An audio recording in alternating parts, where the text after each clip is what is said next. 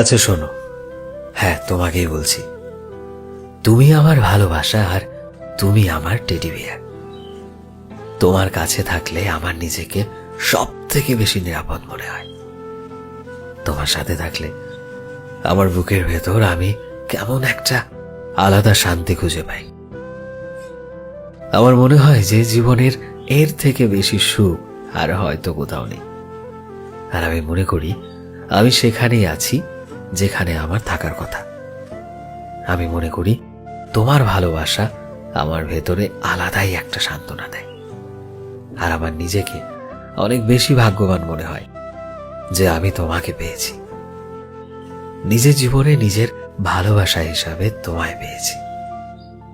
আমি তোমায় সারা জীবন এভাবেই জড়িয়ে ধরে থাকতে চাই, যেভাবে একটা বাচ্চা তার পছন্দের টেডি বিয়ারকে জড়িয়ে ধরে যখন সে প্রচন্ড ভয় পায়।